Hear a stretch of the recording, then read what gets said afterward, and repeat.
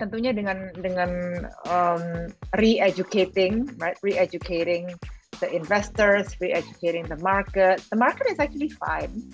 Founder itu adalah pekerjaan yang kadang-kadang kita merasa kita lonely banget gitu ya, karena we have to work so hard. We are in a time or period di mana banyak sekali support system dan mentor-mentor, like what you're doing now, gitu, yang sangat amat bisa membantu kita semua gitu untuk step up to the next level. Hi, I'm Italo Gani. I'm Zahra, and you are watching Impact Talk, where we have in-depth conversation about building and growing startups with the people that was there from the start. No fluff, no sparkling stuff. We dive in and tease out valuable insights and applied knowledge from our created guests, so that you can grow your startup and build successful company that will last. So, get ready to catch because someone is about to drop some wisdom. This is Impact Talk by Impact2. This podcast is supported by Mitrans and Panasonic. Okay, let's move on to more technical question. Kalau di GoWork, spesifik untuk bisnis GoWork ya, which is coworking, biasanya analitik atau KPI apa sih yang kalian lihat? Do you have like a daily target atau monthly target, apa sih yang kalian lihat ya? Kalau e-commerce kan jelas gitu, tapi di GoWork apa sih? Kalau di GoWork kita setiap tahun dari top management, jadi kayak ya saat-saat seperti inilah akhir tahun ya, kita bikin OKR, Objective Key Results ya, untuk tahun berikutnya, tahun depan gitu. Biasanya kita nggak banyak-banyak, cuman 4 atau 5 yang top metrics ya, top metrics yang kita ukur, yang nantinya gue serahkan ke department head masing-masing supaya mereka bisa bikin KPI untuk department mereka to support those main OKR gitu. Apa tuh metriknya? Boleh nggak dapat bocorannya? Kalau dari kita sih, lumayan clear lah ya kan. Kalau bisnis kita tentunya semua bisnis harus cek revenue, right? Okay. So we have a revenue related matrix. Terus karena COVID, we have to really look at our cost very carefully. Jadi kita juga melihat expenses atau burn rate ya kan, yang tiap bulan kita monitor juga. Lalu yang ketiga itu berhubungan dengan occupancy, ya.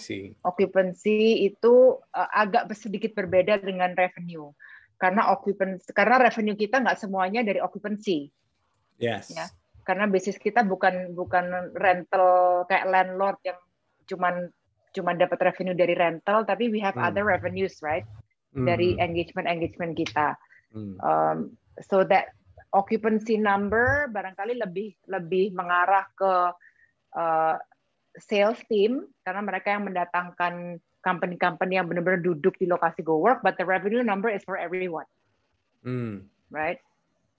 Terus ada KPI yang berhubungan dengan, karena kita punya app ya kan, we monitor the number of new users every month, additional new users, dan yang berhubungan dengan employee engagement. Jadi itu banyak, ada yang berhubungan dengan training, ada yang berhubungan dengan like frequency of meetings dan macam-macam. Sekarang lu track siap berapa lama ya OKR itu ya biasanya? Kita track tiap bulan. Tiap bulan ya masih. Ya, tiap bulan. Tiap bulan kita track. Terus kalau masalah competition nih, Vanessa, in your business there is a lot of competitor kan? Kayaknya setiap orang yang punya bangunan gitu juga create GoWork gitu. Create coworking space lah gitu kan. So based on your experience in these sectors yang kompetitornya banyak, how you pitch to your investors ya? How you differentiate yourself? What actually the pitching story biasanya you differentiate to the competitor ya? Okay. Kompetitor itu bisa dibilang banyak, bisa dibilang tidak banyak, tergantung dari kategori yang kita kategorikan sebagai coworking itu apa. Ya kan? Kalau kita melihat coworking space, just any unique coworking space emang banyak, ya kan?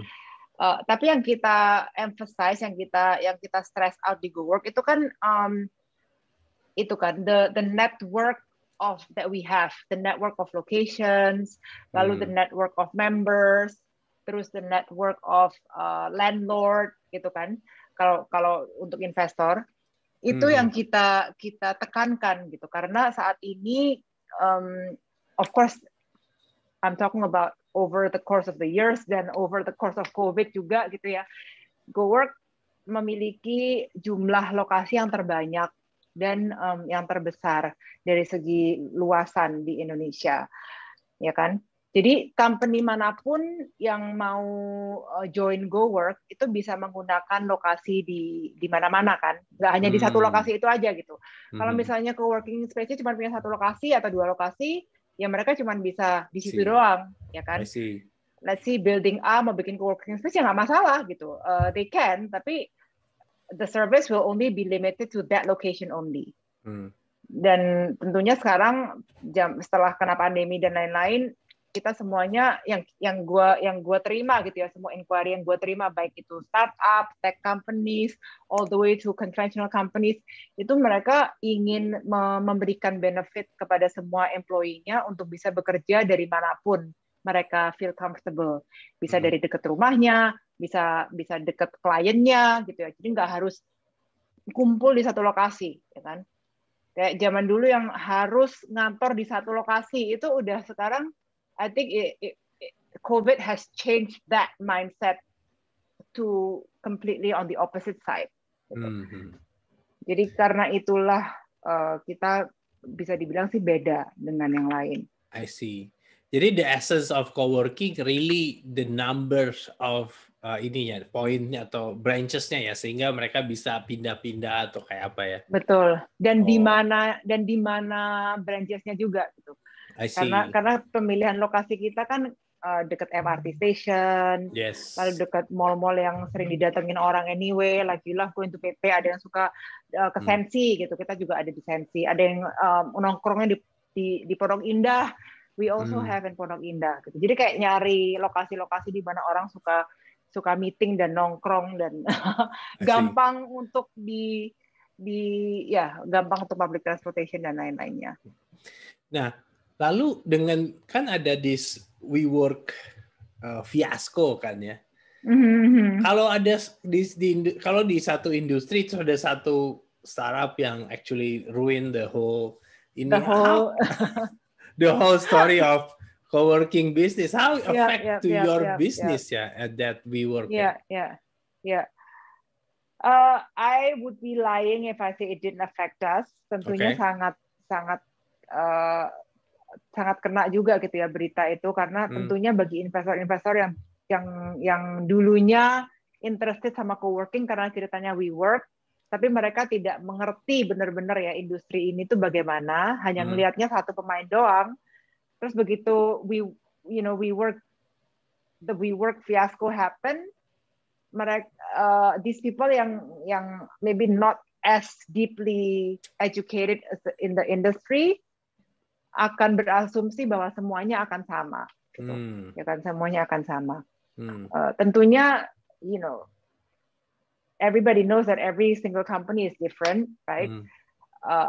Industrinya barangkali sama, tapi yang lain-lainnya semuanya juga berbeda, gitu, right? The team is different, the market is different, the way they do things is different, beda, ya kan? Jadi bagaimana caranya kita mengatasi ini semua, gitu? So of course, tentunya dengan re-educating, right? Re-educating the investors, re-educating the market. The market is actually fine. Maksudnya kebutuhannya masih ada gitu kan ya. Sekarang di Indonesia juga mereka banyak tutup, right? Like WeWork close a lot of locations. Mereka barangkali mau fokus di di negara-negara yang mereka memang udah kuat gitu ya, instead of just spraying everywhere, which is good for us karena kita juga nggak dulu ketakutan kita sih gila itu WeWork duitnya segitu banyak. And of course mereka nggak takut kan untuk ngabis-ngabisin duit untuk nge-burn duit segitu banyak gitu kan. Ya nggak mungkin bisa gitu kita memiliki kapasitas seperti itu kan. But it's actually good that the market kind of shows that it's not possible gitu untuk sustain a business that way, right? Correct. It's also good for the VC to not push the companies too hard to make sure that you grow beyond your ability. Hanya karena story doang gitu. Correct. Nah, sebenarnya gue pengen tahu in I don't know this is going to be your pain point apa. Gue sering sekali menemukan startup itu punya pain point in term of having a working capital. Jadi kan ada duit investasi untuk doing research, R&D, lebih kan inovasi. Tapi kan working capital kayak contohnya kalau fintech perlu funding untuk lendingnya gitu kan, atau remittance juga apa. Nah in your case lu juga kan sebenarnya heavy capital kan, karena if you start sewa, I don't know whether you can manage to convince all that landlord mau revenue sharing, gua nggak tahu, atau you have to pay kan. Contoh lu pasti place gitu kan, I don't think it's cheap juga di situ. How you manage that working capital? Do you raise separate fund? Atau seperti apa? Ini karena pertanyaan klasik dari para founders untuk working capital kayak gitu. Oke. Memang kita harus ngaturnya, I mean, pinter-pinternya kita ngatur sih ya. Kalau di bisnis kayak GoWork begitu, awal-awalnya di mana kita masih belum punya brand awareness, masih punya 1 lokasi atau 2 lokasi, sangat sulit, udah terjadi soalnya, sangat sulit untuk meyakinkan landlord atau pemilik gedung untuk investasi gitu ya kan, karena kan masih belum terbukti kan, produk kita tuh masih belum terbukti gitu. Jadi awal-awalnya tentu untuk capex itu kita lebih berat spendingnya, karena kita harus membuktikan dulu bahwa produk kita itu akan seperti yang kita ceritakan di pitch deck, gitu kan. Tapi ke belakang, tentunya dengan kerja keras kita dan dengan like continuously building relationship, it's like totally crazy, right? I mean, we need to make sure kita tuh benar-benar saling percaya juga kan sama landlord, sama itu kan partner kita, benar-benar kayak ya partner for at least 5 to 10 years gitu kan ya. Mereka bisa mendapatkan keuntungan yang menarik gitu dengan adanya GoWork. Karena like you said earlier, right, setiap pemilik gedung bisa membangun co-working space di gedung masing-masing. Emang bisa gitu, tapi apakah mereka tahu bagaimana caranya mengoperate sebuah co-working space? Karena beda banget gitu dengan menyewakan space kosong. Sangat-sangat berbeda. Dan landlord dan pemilik gedung itu nggak terbiasa dengan itu. They have to put in the money anyway, ya kan, kalau mereka mau membangun co-working space di gedungnya. So why not giving it to someone atau a company yang memang udah punya expertise di situ dan memiliki network sehingga demand yang masuk itu nggak hanya bisa menggunakan lokasi itu aja gitu. So of course ke belakangnya working capital kita untuk capex itu kita perkecil ya karena kita sudah bisa membuktikan gitu ya, kita bisa menjual ke landlord dan there's success stories dan lain-lain. So meaning the first di awal kan tadinya capex-nya lebih berat, lebih banyak gitu kan. So do you use the VC fund or you raise another fund atau kayak kalau sebenarnya biasanya di series A above kan bisa pakai kayak apa ya, venture debt gitu kan, atau pakai kalau do you tadinya di awal lu pakai the fund that you raise ya? Iya, iya. Jadi kita nggak raise a different fund. Oh, oke. Kita nggak raise a different fund, it's all one fund. Ngeris satu fund aja susah, ntar ngeris 2 fund malah bingung lagi. Iya, benar banget. Benar banget. Kayak apa? Punya satu Insta account sama 2 Insta account beda. Benar. Makanya banget, waktu itu kita juga gabungin brand kita kan, karena waktu itu ada awal-awalnya, kalau kita mau cerita awal, kita pernah memikirkan apakah kita mau keep gitu dua brand ini. Jadi satu dibuat yang di mall doang, yang satunya di office building gitu. Jadi kayak marketnya beda. Okay. But it's more than twice the amount of work. Yeah. Waktu merge itu tahun keberapa WeWork ya? Tahun ke rework waktu itu 2018. Jadi tahun kedua. Tahun kedua. Boleh cerita nggak, Vanessa, ceritanya kenapa baru 2 tahun lu decide untuk merge gitu kan? Is it like is it alasan I need a solo founder stuff atau mengaccelerate organically juga menarik gitu kan? Dan is it by design lu cari your new partner atau tidak sengaja ketemu atau kayak gimana ya?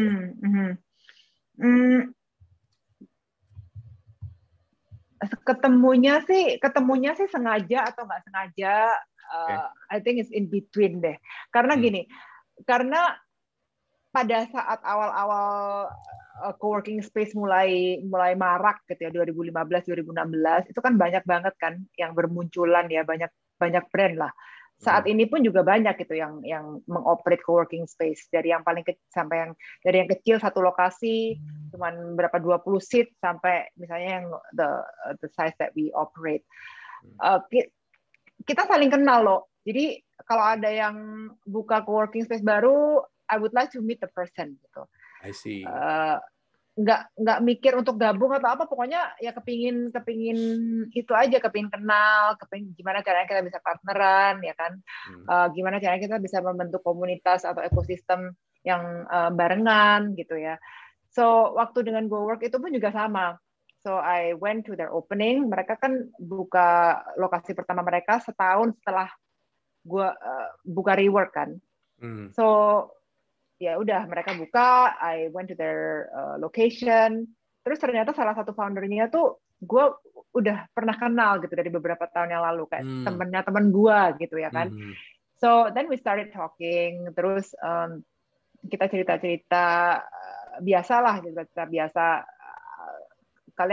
kalian kenapa bikin coworking space, terus kalian rencananya apa gitu dengan bisnis ini dan lain-lain. And it was actually quite interesting karena kita merasa kita memiliki mimpi yang sama, kita memiliki aspirasi yang sama. Pada saat itu mereka the co-founders memulai bisnis itu tuh sebagai kayak hobi lah gitu, kayak passion project gitu. Tapi setelah kita ngobrol, and I was full time kan, waktu itu mereka nggak ada yang full time, kayak ya udahlah satu lokasi doang gitu ya, misalnya paling banter 2 lokasi lah, that's it. But then we started talking, and then kita merasa bahwa ada jalan gitu kalau kita menggabungkan kedua bisnis ini dan benar-benar kita seriusin gitu ya, benar-benar kita seriusin, yaitu akselerasinya akan jauh lebih cepat. Kita bisa punya co-founding tim yang kuat gitu ya, bisa memanage bisnis ini, and that's why we did it. So it's not something that you design jauh-jauh hari lah ya. It's more about tadi kan, mungkin kesamaan visi dan segala macam ya. I see. Betul. Ya. Okay. Karena kayak jodoh lah, kita nggak bisa merencanakan tahun berapa gue mau nikah gitu ya kan. Ya. Banyak kok yang rencana mau nikah mah. Okay. Tapi nggak tahu play on time apa enggak gitu. Betul. Nah, mungkin ini ada 2 pertanyaan terakhir dari gua. Satu more into professional, satu lebih semi personal, semi professional. So, gua sebenarnya minta advice lah. So maybe this is untuk para builders yang lagi bangun startup. Maybe can you give like a tips buat para builders untuk bangun startups? Okay. Tipsnya yang mengenai apa nih? Any tips? Any tips. to them for to survive and sustainable for sure kan. Ya, benar-benar. I think what kept me going itu mengetahui bahwa we are not alone, we're not alone.